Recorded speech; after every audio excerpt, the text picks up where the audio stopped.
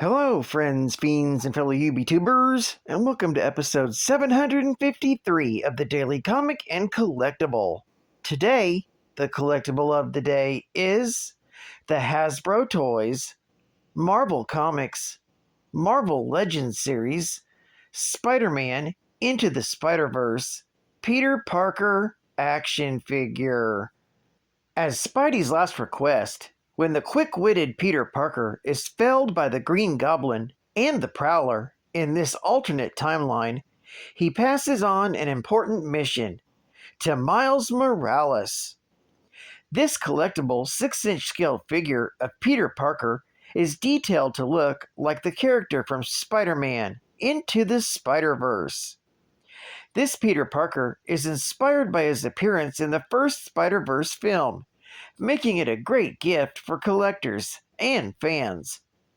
This Spider-Man action figure features display-worthy articulation.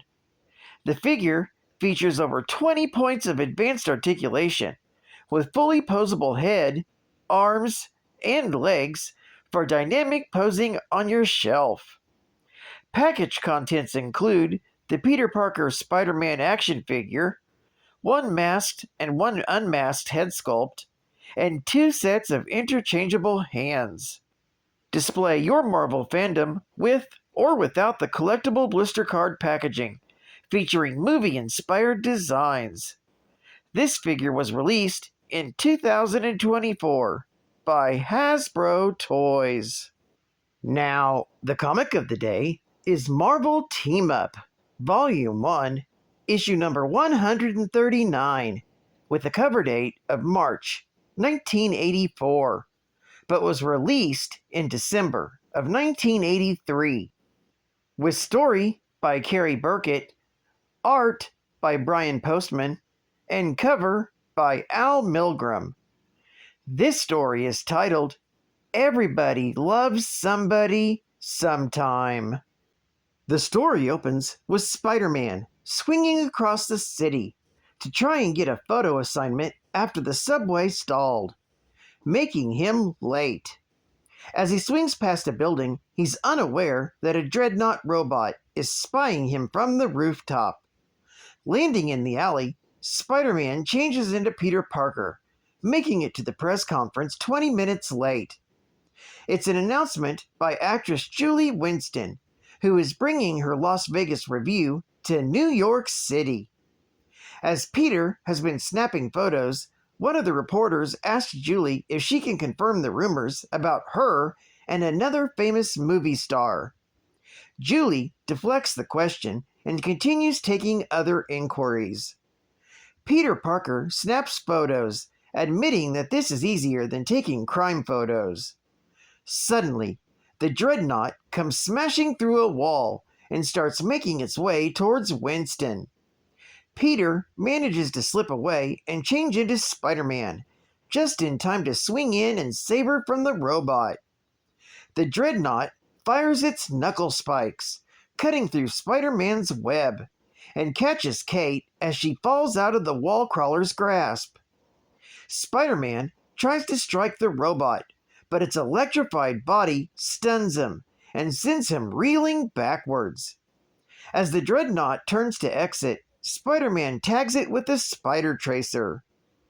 Once he's recovered, Spider-Man uses his tracking device to pick up the signal, missing his spider sense, which has been robbed from him by the Hobgoblin. Elsewhere, Dum Dum Dugan is giving S.H.I.E.L.D. director Nick Fury a ride home.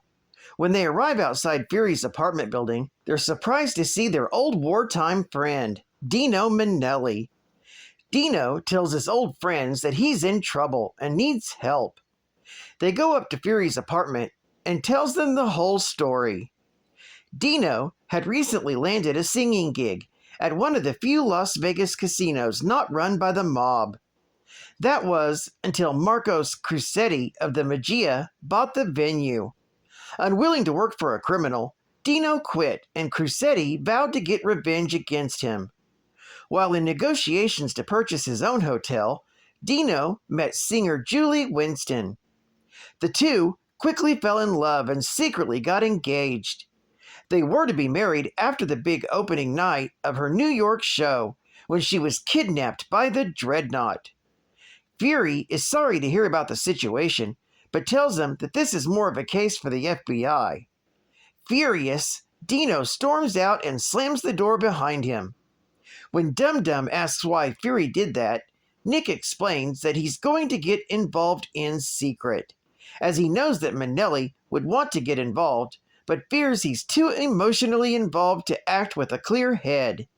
He orders Dugan to stay behind and act as his communications, while he goes out to investigate on his own. Later, Fury arrives at a rooftop, across the street from the offices of lawyer Leo Dawes, the Magia's legal representation.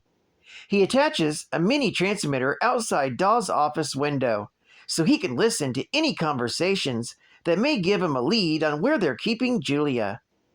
A short time later, at the Daily Bugle, Peter Parker is reamed out by J. Jonah Jameson for not getting photos of Julie Winston's kidnapping, and kicks him out of his office. Peter frets over the situation, as well as the strangely massive spider sense warnings he has received recently warning him of some massive danger. Changing into Spider-Man, Peter then begins canvassing the city, hoping that he can pick up the signal on his spider tracer. Later, at the docks, Nick Fury has tracked Julie to this location. He radios in his position to Dum Dum Dugan, who wishes him luck. When Dugan terminates the connection, he's interrupted by someone who has managed to sneak up behind him. Meanwhile, Fury stakes out the boat where Julie is being kept and sneaks his way inside. As he does so, the Magia men inside are surprised when the Dreadnought suddenly springs to life due to its alarm sensors. As the Dreadnought activates, it nullifies the signal on the spider tracer, making Peter lose the signal. By this time, the Dreadnought has found Fury and begins attacking him. The battle alerts the Magia guards, who also begin shooting at the Shield Director. The sounds of gunfire attract the attention of Spider-Man. He swings in and saves Nick Fury from the guards. Fury tells the Wallcrawler to go and rescue Julie Winston, while he deals with the Dreadnought. Worried that Fury won't be able to handle the robot alone, Spider-Man complies to his request. Spider-Man manages to find Julie Winston, but is puzzled as to why there are no guards around her. When he makes his presence known, he tells Julie that he's come to rescue her. Before he can, the Dreadnought comes smashing through the wall, having defeated Nick Fury. As Spider-Man turns to face the robot, Julie picks up a bottle and smashes it over his head, leaving him open to a blow from the Dreadnought.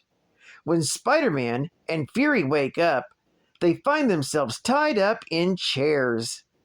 They quickly realize that Julie Winston has been working for the Magia this whole time. Julie then explains that they had her romance Dino Manelli and staged this kidnapping to force Dino to pay a ransom that would bankrupt him, as revenge for refusing to work for Marcos Crucetti. Suddenly, one of the guards comes in with Dino as his prisoner. Dino tells Fury that he figured out that he would look for Julie alone and attempted to follow after him to help out. He realizes his mistake not only when he got caught, but also having heard the truth from Julie. That's when Marcos Crucetti enters the room and orders everybody killed, including Julie Winston. However, Julie protests this, as she had a deal. But Marcos explains that Dino's presence complicates things. He orders the Dreadnought to kill her, but when it fires its knuckle spikes, Dino pushes her out of the way, getting struck by the spikes instead. It's then that Spider-Man has recovered his strength enough to break free from his bonds. As he knocks out the guards, Fury breaks free from his bonds. Removing the collar from his uniform, Fury tosses it to the Wallcrawler, telling him that this will nullify the dreadnought. While Spider-Man tries to get close to the robot, Fury goes after Marcos Crucetti. While Fury rounds up the last of the Magia, Spidey gets the collar attached to the dreadnought's forehead. Fury then turns and shoots the collar with his gun, setting off the explosive inside, deactivating the dreadnought. With the dreadnought now destroyed, Spider-Man's tracking device begins going off again, and the wall crawler realizes why he couldn't track the dreadnought. Meanwhile, Julie Winston asks Dino why he put himself in harm's way for her, and he explains that despite the circumstances, he still loved her. Fury then calls in S.H.I.E.L.D. to secure the boat, and Spider-Man is allowed to leave. Before doing so, the wall crawler snaps some photos to get back in Jameson's good graces and swings away. While he figures that Dino Manelli will heal from his injuries, his broken heart will take much longer to heal. This story is continued in Marvel Team Up, issue number 140. Geek Fact: Spider-Man's spider sense has been dulled thanks to the Hobgoblin, requiring the hero to use his old tracking device to pinpoint his spider tracers. These events were documented in Amazing Spider-Man, issue number 249 and issue number 250, from February and March of 1984 respectively. These are also the same issues where Spider-Man received jolts from his spider sense. This was warning him of the Beyonder, as revealed in Marvel Superheroes Secret Wars, issue number 1 from May of 1984. Bonus Geek Fact: although they were in their prime during World War II, the members of the Howling Commandos in this story had maintained their relative youth via other means. Nick Fury's aging process has been slowed thanks to an injection with the Infinity Formula, as seen in Marvel Spotlight, issue number 31 from December of 1976. And the reason for Dino's longevity is unspecified, though Dum Dum Dugan's entry in Official Handbook of the Marvel Universe A to Z, issue number 3, from July of 2008, suggests that the Howling Commandos all lived longer lives due to blood transfusions from Nick Fury. State-of-the-art gaming! Masters of the Universe!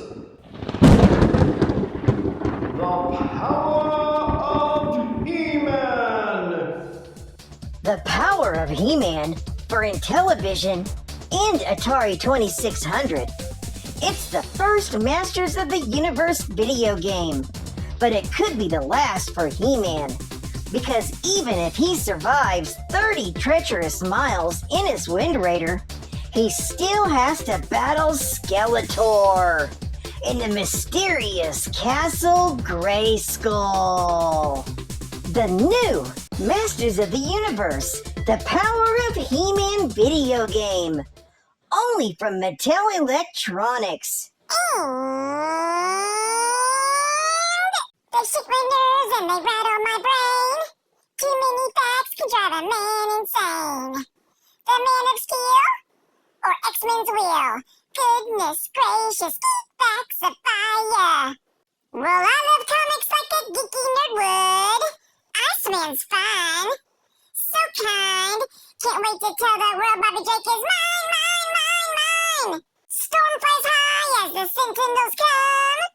I'm real nervous, but it sure is fun. Come on, baby. Drive me crazy. Goodness gracious, geek facts of fire. Thank you. Thank you very much. Although born in Italy, Dino Manelli immigrated to the United States with his parents. His good looks and singing talent led to a career in the movies. He played Wyatt Earp and a baseball player, among other roles. During this period, he also appeared in nightclubs with Jerry Larkin, a comedian. He was about to star as Dracula in an Alfred Hitchcock film. He had everything. However, after Pearl Harbor, though, he gave it all up. He joined the Army and eventually became a founding member of the Howling Commandos. Manelli, like the other Howlers, depended as much on attitude and luck to complete a mission as on training and planning. He served with the squad through the war, with two exceptions. During a skydiving exercise, Manelli's parachute jammed. Sergeant Fury managed to help him get it open. He was so close to the ground that, although he survived, one of his legs nearly shattered. George Stornwell took his place for the next mission. During this period, he helped make training films and fell in love with Nina Bergson, who supervised their production. Unbeknownst to Manelli, she was a Nazi spy, and she died during an attempt on Winston Churchill's life. Manelli's other break from the Howlers was a brief assignment to a squad called the Deadly Dozen. After the war, Manelli continued his film career, then moved to television, The Dino Manelli Show, and finally headlined at a casino in Las Vegas, bringing us to today's story. Well, I'd like to thank you for joining me for another Daily Comic and Collectible, and I hope to see you again Thursday.